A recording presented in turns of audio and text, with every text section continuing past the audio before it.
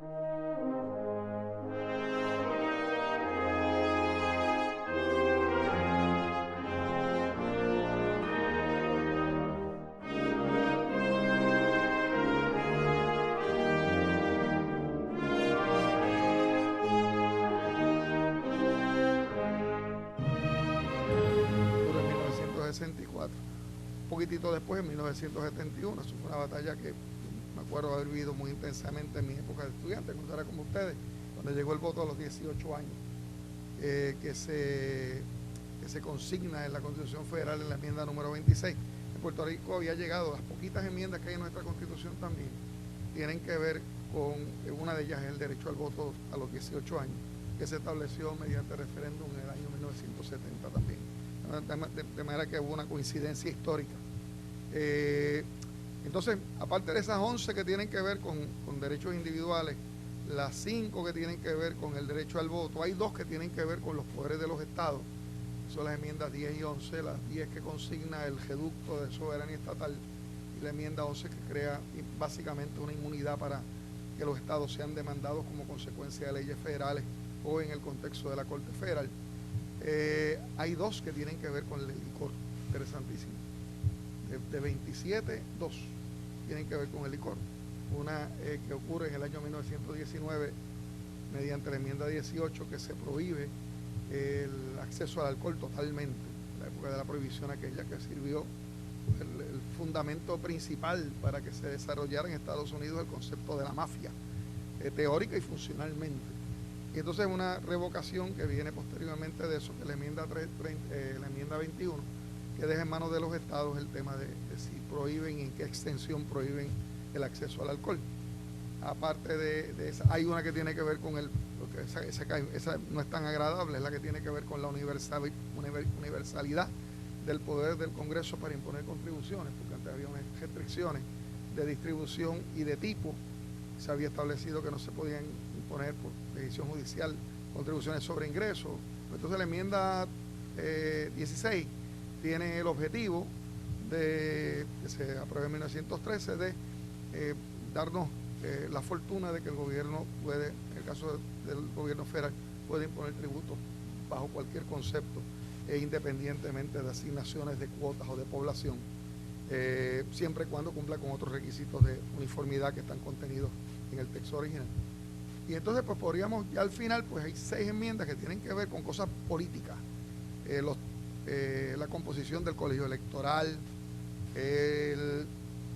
los 2 términos para el presidente, cuándo comienza el término del presidente y de los congresistas, cómo se sustituye temporalmente el presidente, esa es la última sobre ese tema, que es la enmienda 25, y la última, que es la enmienda 27, que la redactó James Madison, que es el redactor principal de la Constitución. Curiosamente, el que redacta principalmente en 1787 es el mismo que redacta la enmienda número 27, que termina aprobándose en el año 1992, y no es que haya estado vivo todo ese tiempo, es que la propuesta de enmienda no logró la aprobación necesaria hasta llegar a 1992, porque ese es otro componente que le da estabilidad. La Constitución de los Estados Unidos solamente se puede enmendar mediante un mecanismo muy difícil, que requiere la participación de 2/3 partes de los miembros de cada una de las cámaras y posteriormente la aprobación de 3/4 partes de las legislaturas estatales.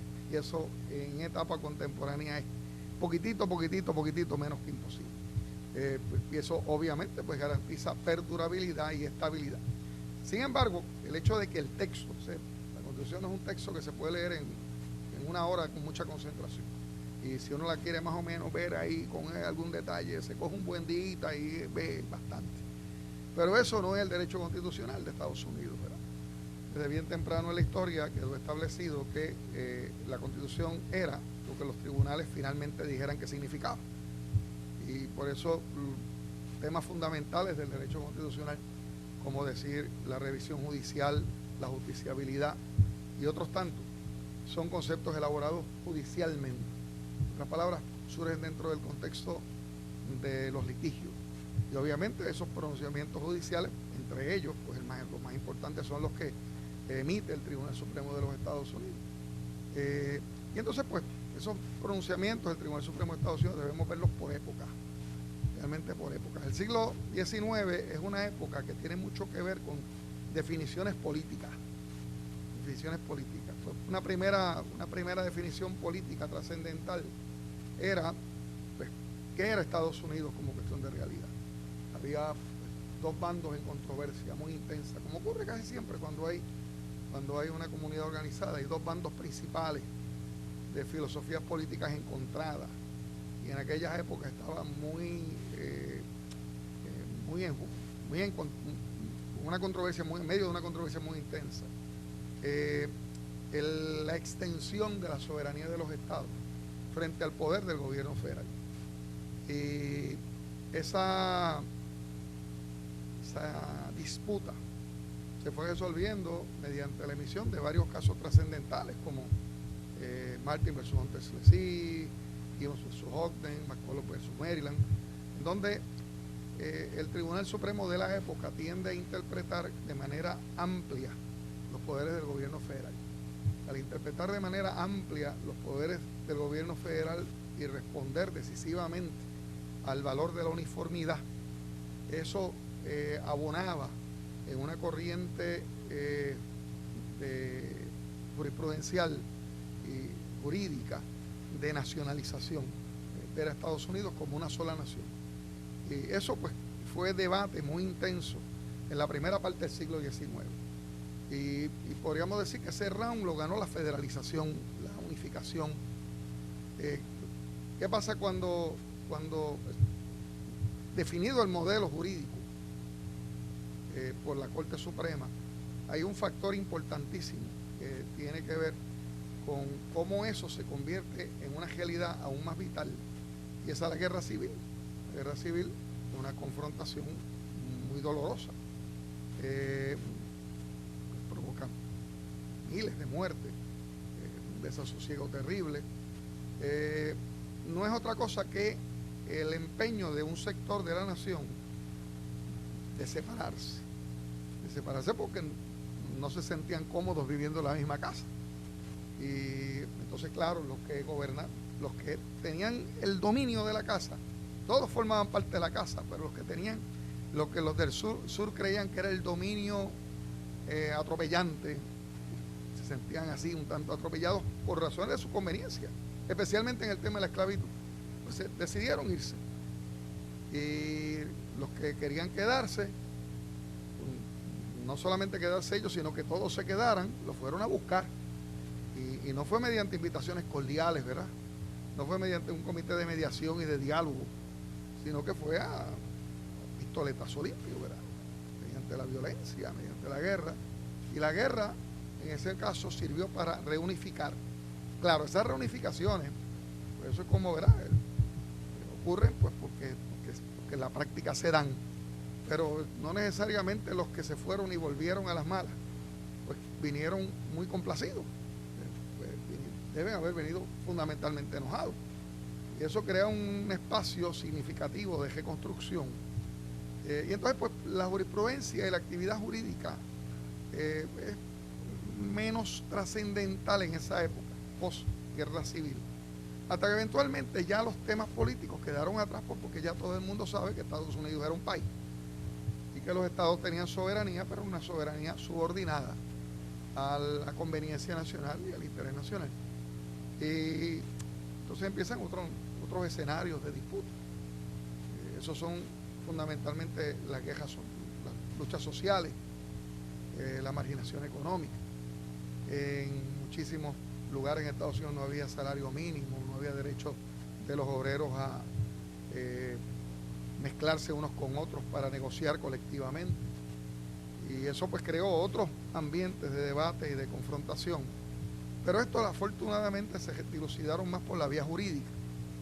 Y en esa primera parte del siglo XX, la jurisprudencia norteamericana tiende a concentrarse en la definición de modelos económicos. El que había prevalecido era un modelo económico capitalista bastante primitivo, capitalismo primitivo. Y empezaron unos esfuerzos legislativos de crear unos nuevos esquemas de justicia social que hoy en día nos parecen muy normales. justicia salarial, beneficio de los trabajadores, protección para los consumidores, ese tipo de cosas. Y esos esfuerzos que realizaba por acá el Poder Legislativo, el Congreso, chocaban con un Tribunal Supremo muy adherido al valor del capitalismo primitivo. Y eso produjo como consecuencia el que se declarara inválida mucha legislación que tenía que ver con estas corrientes sociales. Y surge una figura muy importante en la historia, ¿verdad? De la misma manera que en el siglo XIX hay dos figuras trascendentales, uno juez y uno presidente. El juez Marshall, el presidente Lincoln. Lincoln es el motor del proceso de cambio que culmina en las enmiendas 13, 14 y 15. Roosevelt se convierte en el motor de cambio en términos de modelo económico y lo que aporta es un esfuerzo para ampliar el espacio de diseño de modelos económicos. Y esa jurisprudencia de ese tribunal que empieza a funcionar con más vitalidad después de acercándonos a la década de 1940, allí para el año 1937 en adelante, pues significó no el diseño de un modelo económico, sino la apertura para que los gobernantes de turno pudieran tener flexibilidad en los diseños económicos y amoldarse y crear y buscar fuentes que considerara más efectivas. Unos pensaban, como lo era Roosevelt, en un modelo de intervención federal intenso, modelo regulatorio, lo que llaman por allí pues las reglas, las regulaciones, los reglamentos o la legislación que de alguna manera, en mayor o menor medida, pero con mucha frecuencia de forma sustancial, interviene con las decisiones económicas de las empresas.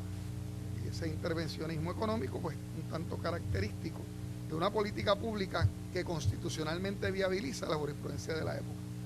Pero los gobiernos de turno podían cambiar enfoque. Por ejemplo, cuando llegó Reagan, pues el enfoque de Reagan era pro empresa y era un enfoque de menor regulación. Claro, ya esa es una época en donde los salarios habían aumentado significativamente, se había hecho un gran esfuerzo de repartición de justicia social, los niveles económicos estaban dramáticamente por encima de lo que habían sido a principios de siglo. Dentro de ese contexto social y económico, pues surge un nuevo modelo de menor intervención gubernamental que es igualmente válido desde el punto de vista constitucional. En materia de derechos individuales, cuando miramos esa etapa de la historia, superado ya el problema de la marginación económica a principios de siglo, creado ya un modelo jurisprudencial que permite intervención del gobierno federal en muchísimas cosas. Había unos grandes debates pendientes de resolver y en el siglo XX se dan dos importantes, extremadamente importantes. El problema racial y el problema del discrimen por razón de sexo. El problema racial gira en torno a 1954 con la decisión de Brown versus Board of Education que obliga a la integración en las escuelas y rechaza la segregación como modelo de organización en las escuelas. Eso pues obviamente es un gran avance social, pero eso generó otros efectos, aunque no se trata de un proceso constitucional como tal, pero ciertamente con efectos sobre la Constitución. En una película muy reciente que hay por allí que se llama The Butler, hay una reminiscencia del proceso de aprobación de la Ley de Derechos Civiles que llevaba al sector privado las limitaciones que la Constitución por sí misma establecía en el orden público. Porque Brown creó una norma que le impedía a los estados discriminar por razón de raza en sus instalaciones, las escuelas, como ejemplo emblemático. Pero eso no resolvía el problema de los hoteles, no resolvía el problema de los restaurantes, no resolvía el problema de Disney World. Esas entidades privadas podían seguir discriminando. Es una ley federal la que produce el esquema normativo que obliga a una integración más plena, y el efecto social de eso es dramático. Cuando yo empecé a enseñar y a practicar, el gran tema era el problema del discrimen por razón de sexo. Como cuestión de realidad, primero de 1974, como cuestión de realidad, no fue hasta 1971 que el Tribunal Supremo de Estados Unidos por primera vez declara inválida una ley que discrimina por razón de sexo.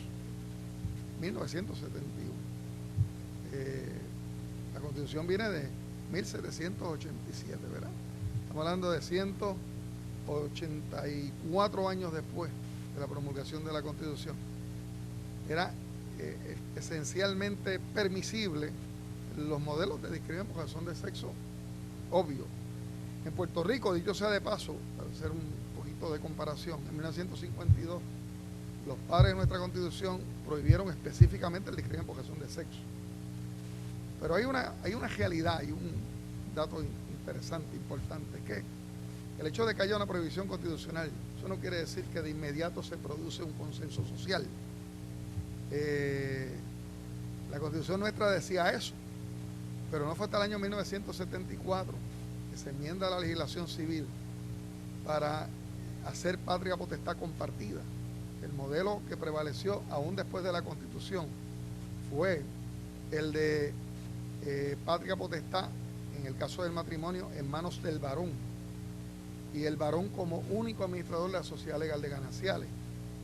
Por vía legislativa pues llegó el modelo de la coadministración, pero tardó su tiempito, 22 años en lo que se desarrolla un nuevo consenso social por encima de lo que era nuestra tradición. Nuestra tradición era fundamentalmente paternalista y de dominio masculino. Y entonces, claro, ocurren, tanto en Estados Unidos como acá, una coincidencia importante de sensibilidad con pragmatismo. Sensibilidad en el sentido de que hay una injusticia natural al establecer una preferencia estrictamente por razón de sexo y no dependiente de ninguna otra consideración. ¿Quién es el varón? Pues se administra. ¿Quién es el padre? Ese tiene más autoridad sobre los hijos que la madre. Es un elemento de falta de sensibilidad, pero además de eso hay una realidad pragmática. Desde esa época había una enorme cantidad de escenarios en donde la mujer aportaba más al esfuerzo económico de la familia y tenía más control de la crianza de los hijos. Entonces, desde el punto de vista práctico, incluso, la teorización ideológica, basada en principios culturales y una tradiciones, una cosa por ahí, resultaba totalmente improcedente e indefendible. Eso pues ya quedó atrás. Son luchas que han quedado atrás en términos de cómo funcionan los gobiernos y en términos de derechos y garantías individuales. Cuando se estaba discutiendo este asunto de la discriminación por razón de sexo, cuando se está hablando de este problema de los poderes del gobierno federal frente a los poderes de los estados, cuando empiezan a llegar las decisiones relacionadas con el derecho a la intimidad, era bastante difícil poder predecir en aquel momento, hablando, cuando yo empecé a enseñar, era bastante difícil de poder predecir que las discusiones más importantes que se iban a dar en el derecho constitucional de los Estados Unidos en la década en el año de 2013 tienen que ver con cosas así tan medio esotéricas como el derecho de la gente a poseer armas, la posibilidad constitucional de que exista un plan nacional de protección a la salud y la extensión, el grado de protección que la Constitución da a las unidades de personas del mismo sexo. Si se hubiese hecho una encuesta de qué usted anticipa que van a ser los temas de debate del futuro, la posibilidad de decir, menciona esos tres porque son los más que se publican, es bastante difícil de predecir. Y fijémonos en una cosa, la Constitución ha cambiado en su letra prácticamente nada desde que se escribió en 1787, y en materia de derechos individuales prácticamente nada desde que se escribió en 1791 las primeras 9 enmiendas y desde que se escribieron en 1865 y 1868 las enmiendas 13 y 14. O sea que en términos de concesión de garantías individuales personales, nada ha cambiado, excepto en el asunto del voto, que tiene que ver con las mujeres, los jovencitos y los económicamente marginados y los del Distrito de Columbia. sacándose a un lado, no dándole la caracterización de derechos individuales a eso por el momento. En materia de derechos individuales, el texto de la Constitución de los Estados Unidos permanece prácticamente invariable desde 1868. Nada ha cambiado textualmente. ¿Qué es lo que ha cambiado? Ha cambiado la interpretación. Ha cambiado la interpretación. Ha cambiado lo que los tribunales dicen que significa ese lenguaje. El grado de extensión, de alcance, de eficacia, de efecto social que tiene ese lenguaje. Eso sí cambia. Eso tiene mucho que ver con cómo piensan los jueces. Y los jueces a veces tienen orientaciones normalmente muy parecidas a los presidentes que los nombran. Hay veces que se les desvían, hay veces que se les salen del redil, pero esencialmente vamos a ver en la interpretación del Estado del Derecho la participación de jueces del Tribunal Supremo de los Estados Unidos que llevan a la jurisprudencia el pensamiento de gente muy parecida al presidente que los nombró. Eso fundamentalmente ocurre de esa manera. Hay cambios, y lo hemos vivido recientemente, pero por eso que podemos identificar en cualquier momento en el Tribunal Supremo de Estados Unidos una postura más liberal y una postura más conservadora. Y cuando miramos las posturas más liberales, las posturas más conservadoras, nos vamos a encontrar con jueces nombrados por presidentes republicanos o por presidentes demócratas. Hay veces que un presidente, por algunas razones prácticas, tiene que nombrar un juez que no es exactamente próximo a su ideología, como es el caso en que un presidente nombra y confirma un Senado de un partido distinto. Eso ha pasado un montón de veces. Aunque escoja a alguien ideológicamente cercano, tiene que ser alguien ideológicamente cercano que pueda pasar el crisol de la evaluación de un Senado políticamente adverso. Pero ese es el sistema como ha funcionado hasta ahora, ¿verdad? Y cómo funcionará, porque volvemos al punto. ¿Cómo se enmienda esa Constitución? ¿Cómo se consiguen 2/3 partes en la Cámara y en el Senado? ¿Y cómo se consigue el voto afirmativo de 3/4 partes de la legislatura? En temas de esa naturaleza ni lo soñemos. Uno puede llegar a pensar que el sistema de elección del presidente, que es el colegio electoral, no es justo. El sistema de selección del presidente mediante colegio electoral puede significar que no salga certificado como presidente el que más votos obtuvo, como pasó en el año 2000. El que más votos obtuvo perdió. Y eso parece irracional. Pero ese es el efecto del colegio electoral. ¿Es posible pensar en una enmienda a la Constitución para cambiar eso? Ni soñarlo, porque eso le quita fuerza a la mayor parte de los estados. Bueno, lo mismo pasa con el proceso de nombramiento de los jueces. ¿De verdad creemos que el Senado va a quitarse el poder de confirmar y perder de esa manera la fuerza que representa tener la autoridad final sobre quién se sienta finalmente en el Tribunal Supremo? Virtualmente imposible.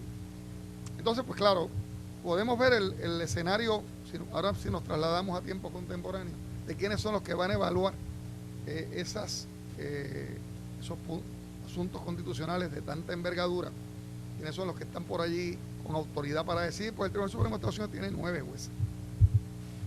En este momento hay 5 jueces nombrados por presidentes republicanos y 4 jueces nombrados por presidentes demócratas. Hay 6 varones y 3 damas. Y hay un dato interesantísimo. Antes, la llegada de un católico al Tribunal Supremo de Estados Unidos era un evento. Los hubo, pero normalmente nunca más de uno. Era algo así como de la misma manera que un juez judío. Los hubo, pero era la silla del juez judío. Como que en algún momento pues llegó la silla del juez negro. Cuando llegó el primer afroamericano al Tribunal Supremo fue Thurgood Marshall. Esa otra magnífica película que hay por ahí que se llama Thurgood, sobre un gran jurista norteamericano, esos que hacen grandes aportaciones de verdad. En este momento, en el Tribunal Supremo de Estados Unidos, en este que está hoy, este tribunal que está hoy, hay 6 jueces católicos y 3 jueces judíos. No hay ni un solo protestante. Entonces, pues, aquello de que el tribunal es reflejo de la sociedad a la que imparte justicia, como que por lo menos en ese renglón, en el renglón de la religión, nada que ver, porque la mayoría de los habitantes de Estados Unidos son protestantes. E históricamente el Tribunal Supremo de los Estados Unidos estuvo controlado por protestantes. El primer Tribunal Supremo de Estados Unidos estuvo constituido por protestantes. La llegada del primer católico tardó como 50 años. Y la llegada del primer judío tardó como 100 años. De manera que ese proceso, eso que ocurre hoy en día es totalmente atípico desde el punto de vista de cómo el tribunal refleja la visión religiosa. Claro, lo que todos sabemos es que en términos de valores fundamentales de convivencia, pues hay una identidad de reflexiones valorativas muy similares entre católicos, protestantes, judíos, gente que cree en la vida civilizada y en el respeto a la dignidad del ser humano. Eso es muy bien, pero se da ese dato muy particular. Eso lo que debe significar es que al nombrar jueces, probablemente los presidentes están más pendientes de identificación política que de otra cosa. Por eso hoy en día no hay duda que los 4 jueces más liberales, que son las 3 damas, la señora Ginsburg, la señora Kagan y la señora, ¿cómo se llama esta? Doña Sonia Sotomayor, ¿cómo se nos olvida? Lo olvido de broma, esa no se lo puede olvidar nunca. Esa es boricua, de pura cepa. Y el juez Breyer, muy amigo de Puerto Rico, por cierto. Breyer, Kagan, Ginsburg y Sotomayor, una puertorriqueña, y los otros 3 muy buenos amigos de Puerto Rico, especialmente el juez Breyer. Y hay 5 que son todos nombrados por presidentes republicanos. El más antiguo fue nombrado por Reagan. Un dato importante de cómo es que el sistema funciona. Cómo es que Reagan, que dejó de ser presidente en el año 88, eso quiere decir un reguerete de tiempo, ¿verdad? Y ya se murió hace unos cuantos años. Dejó de ser presidente hace cuántos, 25 años. Después de Reagan, ¿quién vino? Bush papá, Clinton, Bush hijo y llegó Obama. Todo eso ha pasado desde que Reagan estuvo en la presidencia. Todavía hay un juez que fue nombrado por el presidente, perdón, 2 jueces que fueron nombrados por el presidente Reagan, porque al otro año nombró al juez Kennedy, que llegó en el 87, Scalia llegó en el 86. Ambos tienen unas características, todos tienen unas características. El de particulares. Scalia es un genio, es una persona de una profundidad intelectual indiscutible, conservador absoluto en todo, de origen italiano, una enorme formación, una fabulosa formación académica, explica las teorías conservadoras con el lenguaje más intelectualmente convincente que puede imaginarse. Kennedy, que es otra persona también muy brillante, pero de otras características, es un hombre de consenso. Por eso con mucha frecuencia se une su voto a los liberales. Entonces los otros 3, el segundo fue nombrado por Bush papá, el juez Thomas, ese negro, segundo afroamericano en el Tribunal Supremo.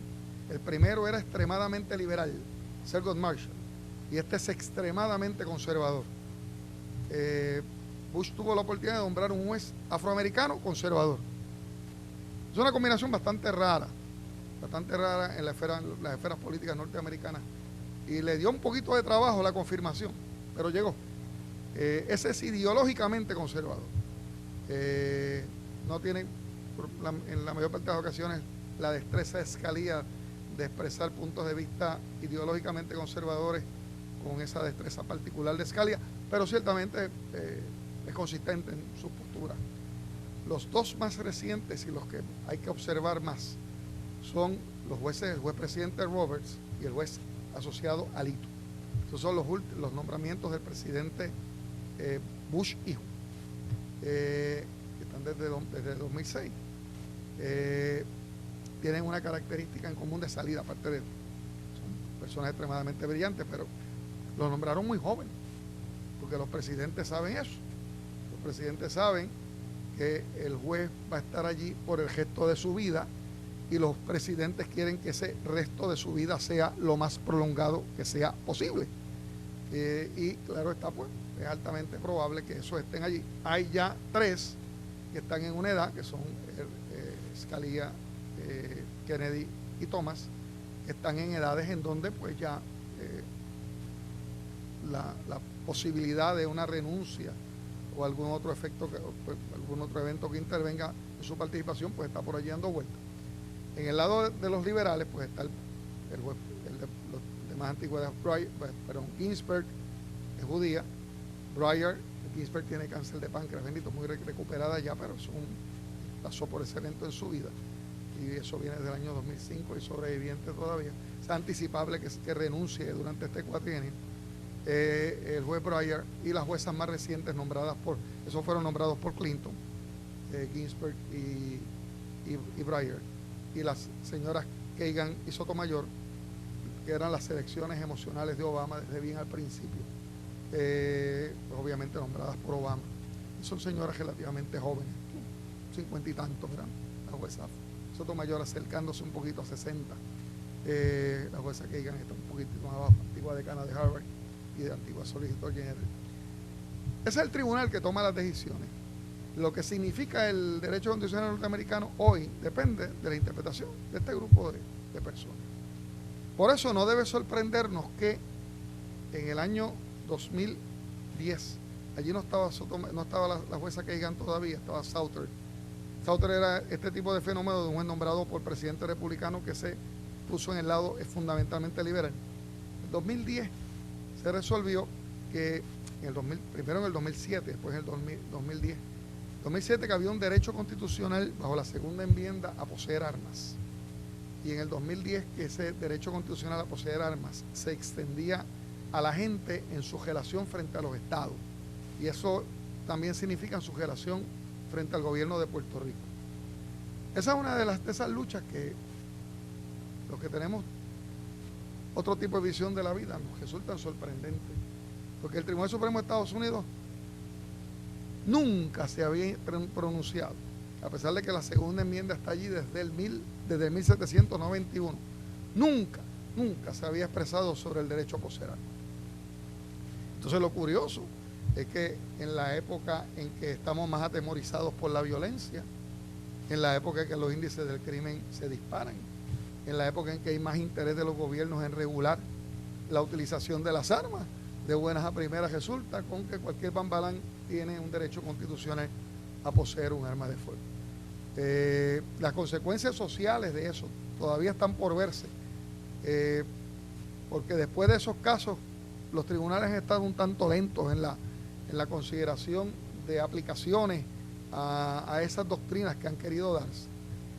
Pero ciertamente ese es un pronunciamiento 5-4, en donde vemos claramente las líneas ideológicas. Los 5 jueces más conservadores de un lado y los 4 jueces más liberales del otro. En este caso, los 5 jueces más conservadores a favor de la postura del derecho constitucional a la posesión de armas. El otro gran issue de esta época, muy reciente, tiene que ver con la viabilidad constitucional de que el gobierno federal establezca un plan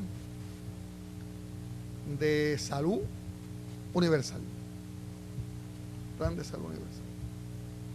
Datos importantes.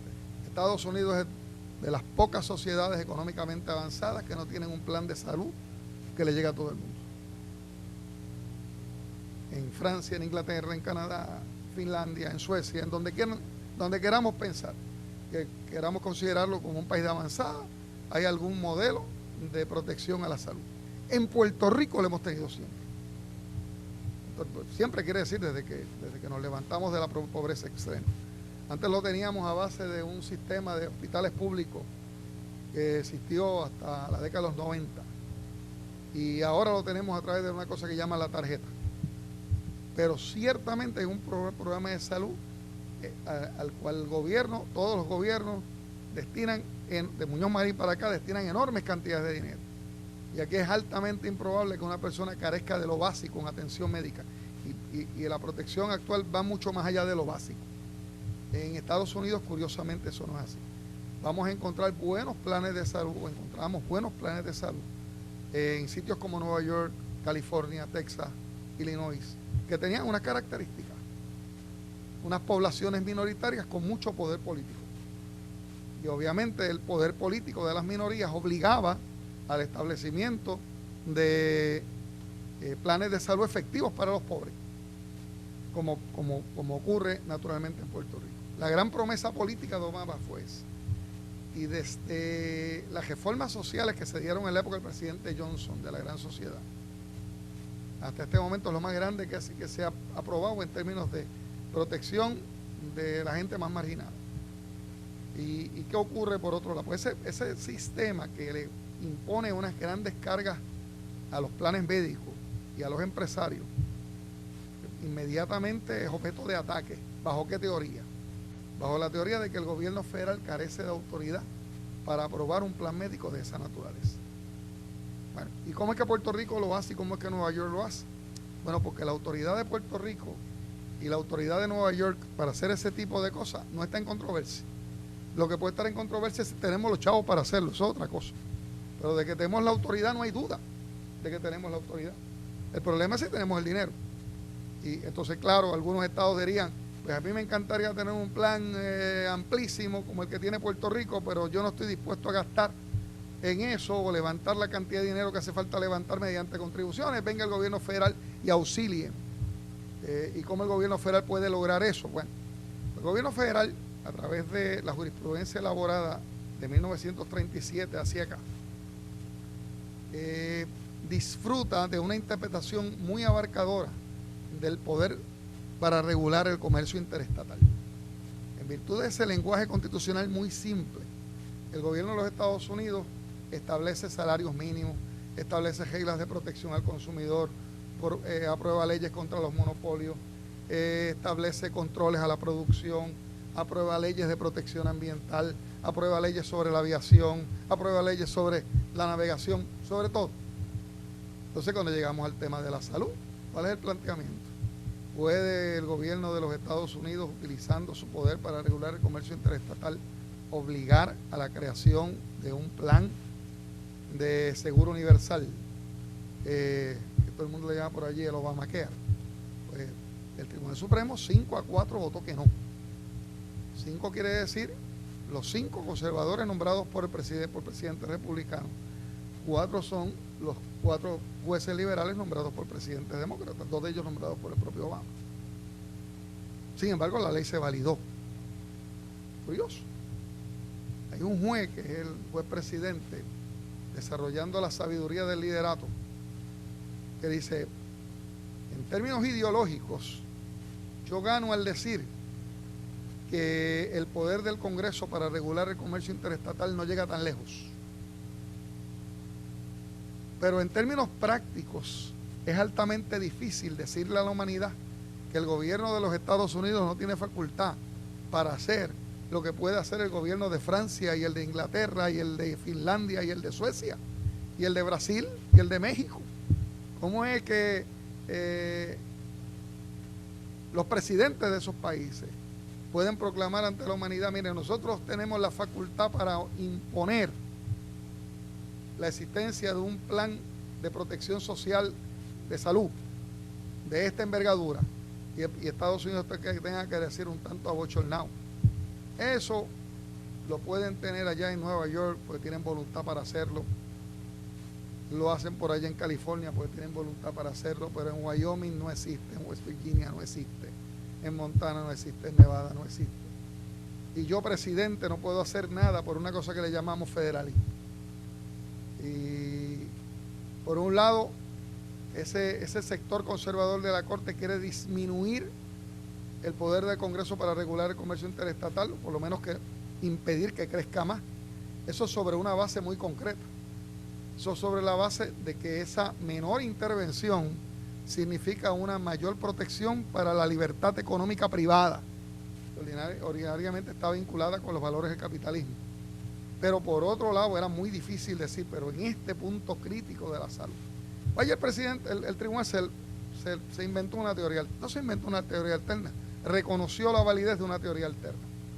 Ver el Obamacare como una contribución. Pues esto cómo funciona es que si el patrono no concede el plan médico, entonces lo que va a ocurrir es que el patrono va a pagar una penalidad al gobierno federal.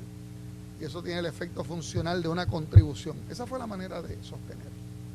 Y ahí vemos cómo el gran debate de esta primera parte del siglo del siglo XXI, que confronta posturas conservadoras y liberales, pues de una manera pragmática y sensible, resulta resuelta por un tribunal en donde hay puntos de vista extremadamente divergentes.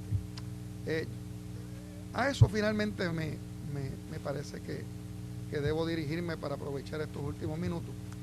Es muy difícil encontrar lo que pudiéramos llamar la fórmula ideal para adelantar los valores del mejor sistema constitucional, porque vamos a tener teorías divergentes sobre cuál es el mejor sistema constitucional. A mí me parece que con todos sus defectos el norteamericano todavía sigue siendo el sistema constitucional superior. Una de sus grandes virtudes es su capacidad para influir, y ha influido por su efectividad, y su efectividad es atribuible a dos características principales que podemos apreciar: la sensibilidad, eso es un proceso que transcurre de la mente hacia el corazón, y el pragmatismo, que ese probablemente transcurre más del corazón hacia la mente. Esos son valores inconfundibles que podemos apreciar en la mayor parte de las decisiones, no en todas, pero en la mayor parte. Y por esa razón, pues ese proceso constitucional impacta decisivamente sistemas, como decir modernamente, España, América Latina, en muchísimas regiones. Algunos quieren negar la paternidad de muchos de los valores que se adelantan a través de sus procedimientos judiciales y de sus procesos jurídicos, pero la realidad inconfundible es que la figura de la revisión judicial, que permite que gente menos atada al proceso político determine el significado de la Constitución, es ciertamente el valor prevaleciente en lugares como modelo España. Es bien difícil el decir, pues, qué va a pasar, qué va a ocurrir en el futuro. Probablemente la explicación práctica más sencilla es que en buena medida el derecho constitucional norteamericano de la próxima década va a depender de la capacidad de supervivencia de los jueces más viejos, número uno, y en segundo lugar, del resultado de las próximas elecciones. Es tan sencillo como eso. Es una de esas épocas en donde el resultado de las próximas elecciones va a ser determinante para saber si efectivamente la decisión de la segunda enmienda se va a sostener, el derecho a poseer armas, pues 5-4, y si se va a sostener el decreto de validez constitucional del Obamacare, y qué va a ocurrir con nuevos escenarios relacionados con las parejas del mismo sexo. Pues lo que se atendió en esta última decisión fue un asunto técnico, más bien vinculado con ventajas contributivas que concede el gobierno federal, y la realidad de que hay por vía legislativa reconocimiento legal a esas parejas, porque el Estado lo ha determinado, una cantidad de estados que están en eso, pero no hay un dictamen universal que tome en cuenta la totalidad de factores en la evaluación de la validez constitucional del dictamen estatal, porque una de las cosas que salen de los casos de Windsor y Hollingworth es que el tema del matrimonio es atendido primariamente por el Estado y no es posible conseguir una ley federal. Eso no quiere decir que no haya una posibilidad de un decreto de inconstitucionalidad por ser contrario al derecho federal. Pero eso no va a pasar así como que de la noche a la mañana, y va a depender todas esas consideraciones contemporáneas de qué ocurra en el proceso político, porque de esa manera es que la sociedad impacta el Estado de Derecho contemporáneo.